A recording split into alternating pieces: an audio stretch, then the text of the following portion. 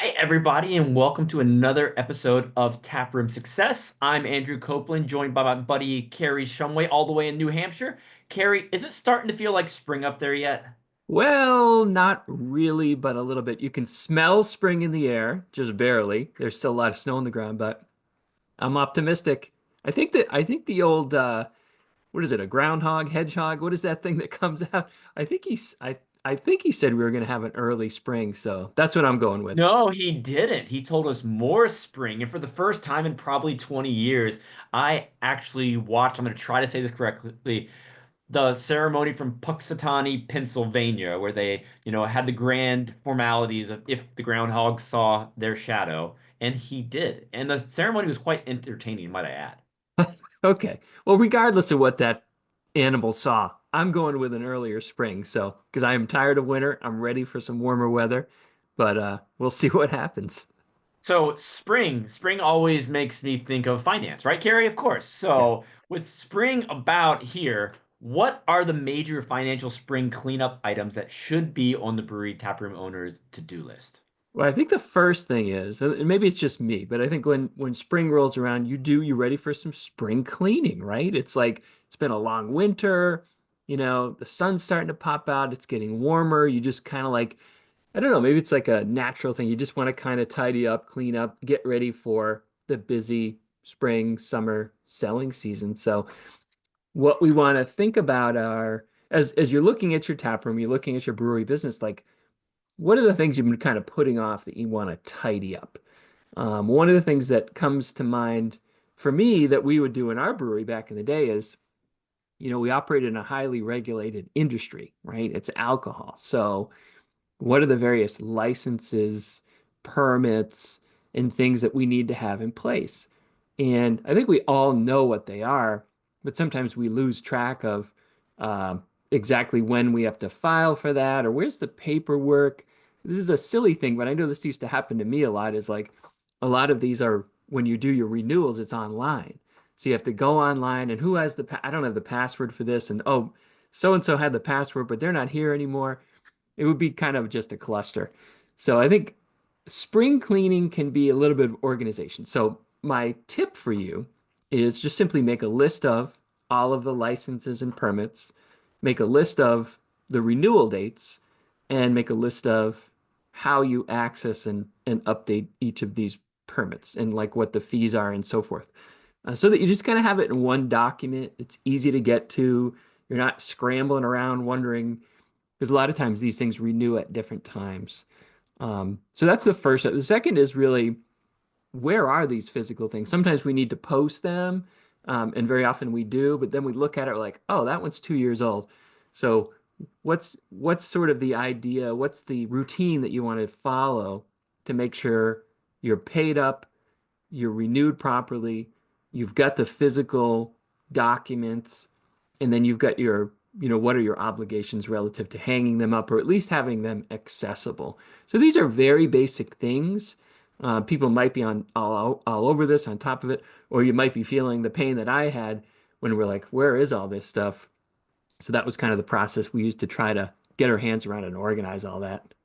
So for me personally, I love my Google Calendar. I truly live by my calendar. So I'll put recurring, calendar notes in there. It's like, hey, on April 1st, I have to pay this tax. That way each year it comes up. Or on May 1st, I have to renew this license. And what I'll do, I'll put in the description a little bit of the notes I need to successfully do so. If I don't remember what box to check one year, I'll make sure I put a note in there for the following time of make sure you select this. That way it makes the process a little easier for me because yeah, people change, people forget. We want to make things as easy as possible, especially these more monotonous behind the scenes tasks. Yeah. Yeah, I like that. I think the two can really go well together. Because the calendar for me, that what you just said makes a lot of sense. If it's going to recur at a certain point, just set it, forget it. It's very easy to repeat every, quarter or 6 months or whatever you need it. And then the other one is like going back just to kind of a shared Google Doc. I just think the simplicity sometimes is best for me. It's like, all right, I know the doc's there. I know all the information is there. It's all in one place. But I like that aspect of having kind of both things helping you out. So, Carrie, I also like the calendars to remind me when the people closest to my life have a birthday. I don't know if your birthday's on my calendar. So, when's your birthday, real quick? My birthday is Your October birth. 6th. I got to make October sure I 6th. have that on my calendar. Okay. So Thank you anybody very much. listening, yep, I love all sorts of gifts. Beer is best. Beer Mill is always best. So, speaking of beer, let's talk a little bit more about industry counts and safeguarding that industry. What should inventory, industry, different words. We're talking inventory right now. So, what should the process look like here? So inventory is one of those, if we talk about spring cleaning, um, counting inventory is so important for the purposes of safeguarding inventory. We spend so much money. Now, inventory can be the raw materials, the packaging materials, the finished goods that you have. And turning to the tap room, it can be, merchandise or glassware or things that you want to make sure you've got a good count on. And the challenge with inventory is almost nobody likes to count the inventory. It's like really, it's like drudgery. It's boring. It's not everybody, but most people don't. So step one is in order to do the important things, to really safeguard and control your inventory so that it's there when you need it, we've got to have a process, got to have a system, you got to have a routine. And we call that kind of an inventory count process. So if you're thinking about in your brewery area, there's likely a pretty good system whereby we're going to be counting the raw materials on a regular basis, usually at least once a month. So do I have the right amount of hops? Does that agree to what my spreadsheet count or my, brewery management software says I gotta reconcile? Because if I'm making beer, I need to know the inventory is there to do so. Finished goods are the same way. Like it says I have so many cases and so many kegs. Do I? You go count them. Inventory often we say it has feet. Like it's just, where did it go? So you got to count it frequently because it's almost always off, sometimes by a little, sometimes by a lot. Now in your tap room, that merchandise, I know I've struggled with this and I imagine the people listening have really struggled like merchandise. It's hard to like where did all those shirts go? Where are those hats? Where are those dog collars? People like these things and they tend to like disappear. Or if we're giving them away as gifts or this or that. I mean, you've experienced this. So we need to have a good system to count and control that inventory so that it's there when our customers want to buy it. So taproom success, profitability, we got to have the goods to sell when people walk in. So the basics of an inventory count are really we need to set aside specific days and times to do the count. We need to train the people who are going to be doing the counting. And then we have to have a process by which they're going to count, record, and update the information so that when we have variances, we correct them. The physical count is really our gospel. We need to make sure that agrees to our computer listing of what we have. And ideally, when we do these counts, we're going to identify some variances. Oh, I was supposed to have 100 of these. I only have four. What the heck happened? So we have the more frequently we count, the more likely it is we're going to figure out why that variance occurred. If you wait months or the entire, you're never going to know. So the frequency with which is going to keep your inventory more tidy, more accurate, allow you to sell, make sure you've got products to sell, and then ultimately identify what we might call leaks in the inventory bucket. Like, why do I have this variance? The more frequent of the count, you're more likely to be able to determine what happened there. Somebody didn't record an entry when they, sold those shirts or gave them away or this or that or the other. So you can kind of control those by doing frequency and consistency is really the key there. And quick call out, you all definitely want to sell more taproom merchandise. So make that part of your taproom experience super easy for the guest in there. If you have the shirts hanging above the bar on a busy Saturday afternoon, I'm not going to want to bother the bartender before I leave about getting one of those shirts. But if you have it somewhere really accessible where I can touch it, there's clear pricing, there's a lot of neat options that I can choose from, it's going to be much more likely that the guests will purchase that merchandise. So want to throw that out there as well. But now let's talk about another thing that taproom owners might not think about, and these are the corporate records. What are these, Carrie, and why do we care? This is a tough one. I contemplated not putting this in here, but I just kind of decided, all right, it's important. It's something that doesn't get talked about a lot because frankly, it's kind of boring. Like inventory, um, not many people want to do it because it's just, again, it takes time and it's drudgery and you're counting stuff and rather be doing something else.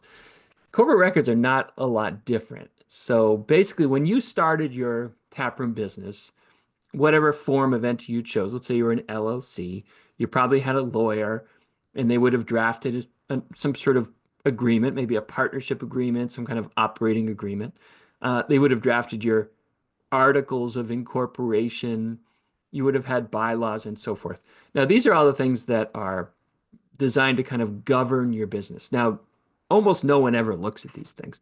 But what's important to know is that these documents basically show the world, and I'll say, the governing agencies, the regulatory agencies, I think IRS, taxing agencies, that we take the business seriously and that we've done the things that are important in order to maintain our LLC status or whatever entity you are. Now, why that's important is the reason we form these businesses, say an LLC, a limited liability company, is largely to limit your liability. So there's this corporate veil, they call it.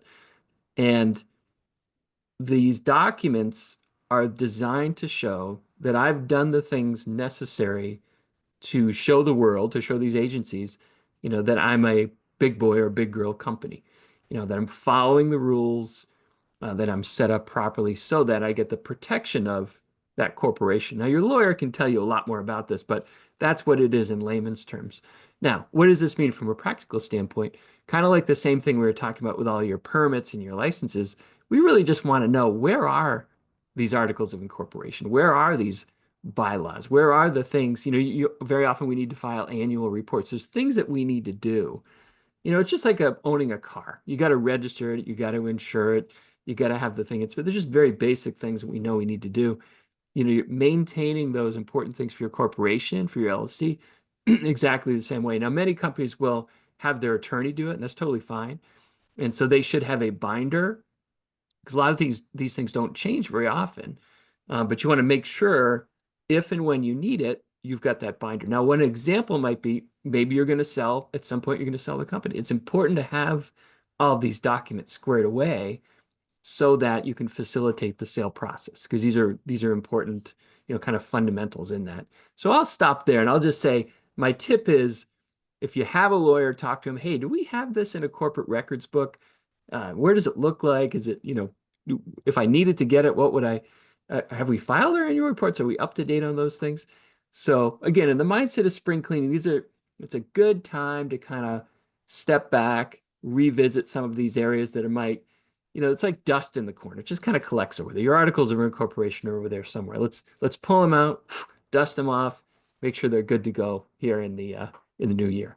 And Carrie, at this point in time, I'd like to thank you for handling all of our corporate records. Much appreciated. So I'm guessing that you have, of course, a spreadsheet or some kind of checklist to pull all of this together. Am I Yeah, right? spreadsheets, as you know, are one of my great loves. And, they're just so simple, but they really help keep us on track. So yes, I do. So it's basically, a listing of the things that you want to keep in mind, the timing within which you want to take care of it, and then just a little checkbox to make sure, yeah, we've actually done this. So this checklist can be, again, a shared Google Doc. It could be incorporated and backfilled by your calendar, but really you just want a list of these are the things that I need to do, high level. What do I need to do? When is it due? And who's going to get it done? So yeah, we have that in a checklist, and we'll share that on our blog post so people can check out the checklist. Now, Carrie, as we wind down, we didn't do this on our first YouTube episode, but I'm curious, like, what are you reading right now? We love talking about books, so I'd love to kind of completely mix it up and hear what you're enjoying at the moment. Yeah, I'm reading and I think you saw this when we were on a trip. It was a Freakonomics. Freakonomics. It's actually Super Freakonomics. So Freakonomics was the first, Super Freak. So it's two economists who are absolutely hilarious. It's extremely entertaining read. And what I love about them is, in different areas we'll talk about how incentives can kind of shape people's behavior, right? We talk about incentives relative to your tap room and, engagement and asking for the sale and so forth. Like, what is my incentive for doing that? And the way they kind of boil it down is, economics is kind of the study of how people respond to incentives. So I love the simplicity of that. And then they show just like these countless examples. And what struck me the most in this book is that more often than not, the what we think to be true is exactly the opposite. So you kind of go into it thinking, oh, it must be this, but that when you examine the data, it's remarkable how what we think we know is actually quite wrong. So So I I'll shout out an example Carrie gave me the other day. I think you said you're more likely to die drunk walking than driving a car. That's true? well, it's So they true, and I'm say. certainly not So they say. advocating for either. But Absolutely not. the data that they have supports that unusual conclusion that, and I almost hate to say it out loud, but yeah, if you were to get behind a wheel and you've had too much drink, number one, never do that. But you're more likely to have a calamity if you were to walk home drunk. Now, of course, the solution is get the Uber, get the Lyft, get a sober friend to drive you home, of course. But it's just sort of an interesting example of that's not what I would have thought, you know? So there's countless other examples of, just things that we sort of take as fact that when you look at the data, you're like, oh, that's exactly the opposite of what I thought it was. Yeah, and speaking of like, I referred to Freakonomics and Super Freakonomics, I guess, as almost like pop culture, like psychology, economics, things like that. And I read a few of Malcolm Gladwell's books back in the day. I think a lot of people probably read The Tipping Point. Tomorrow, I'm excited to start the audio version of The Revenge of the Tipping Point. I haven't read a whole lot about it, but I think it's been probably 15 years, I'm just guessing, when it first came out. So I'm kind of curious to hear how he looks back on it and the takeaways that he's going to put out in this. It's not an edition, but this new book. So looking forward to starting that. But I just finished reading a book with a really long title. I'll read the whole thing. How to Know a Person: The Art of Seeing Others Deeply and Being Deeply Seen. It's by Whoa. David Brooks. It came out last year. It really talks a lot about for you to think about the conversations you're having. Are you a good listener? Are you asking questions? Someone might tell you how they feel, but are you taking the time to learn why they feel that way? So for anyone looking to deepen relationships and just kind of look at how you're engaging, I think it's a fun look. There's lots of anecdotes in there. There's lots of, case studies about certain ways you should act towards people, ways you can ask questions to open them up, and just to do your best to better understand them. Of course, we can never know exactly what someone's going through, but there's certain things we can do to try our best. And I think that really kind of relates to engaging with guests in a tap room to bring it all together. Well, I think that's true, because whenever I'm reading a book, I can't help it. Even if it has nothing to do with, say, the beer business or tap rooms or anything like that, there's always a connection. There's always a connection. So I think that's a great point. The book that you're reading this is all about engagement, and that's one way to do it. Now, the Freakonomics book is really all about incentives. So how are you incentivizing your staff to do the things you want, or are you? I mean, think about that. So those are maybe kind of two interesting, takeaways that people can think about. So if you've made it this far in this episode and you like talking spreadsheets, you like talking incentives, you like talking engagement, you are at the right place. The Taproom Success membership is here to bring you together with other people who like doing the same thing. And once a month, we have a monthly mastermind on the third Thursday, 1 p.m. Eastern Time, where taproom managers and owners join us from across the country to talk about what's working, ask questions, share what might not have been a success like we thought it was, and just learn from one another. I really look forward to this. By joining the Taproom Success membership, you get access to that. We bring in an industry expert each month. And I think at this point in time, Carrie, we've got well over 50 pre-recorded sessions with ourselves and industry experts people can dive into to run a more successful taproom business. And everyone go to taproomsuccess.com to learn more. Carrie, did I miss anything? You just missed introducing Rose the cat here. Rose is our taproom success mascot. Apparently. She'll pop in when she hears us talk about taproom success. So if you're into animals, I don't know if we do. I know dogs are a big thing in taprooms. I don't know about cats. So this could be an angle for I you feel like taproomers. cats have their own like cat cafes. They're just for those, I don't know, it's a certain segment, I guess. If it can drive revenue, think about it.